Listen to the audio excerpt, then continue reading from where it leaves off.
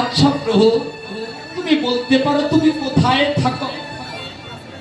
তদুত্তরে সেই দিন প্রভু আমার বলেছিলেন, নারা জানতে চাও আমি কোথায় থাকি?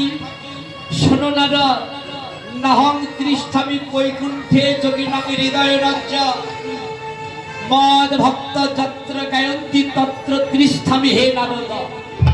হে নারা, আমি আকাশে বাতাসে অনলে অনিলে বৈকুণ্ঠে এমনকি কখনো যোগীদের হৃদয়ে থাকি না। জানো নারা আমি কোথায় থাকি?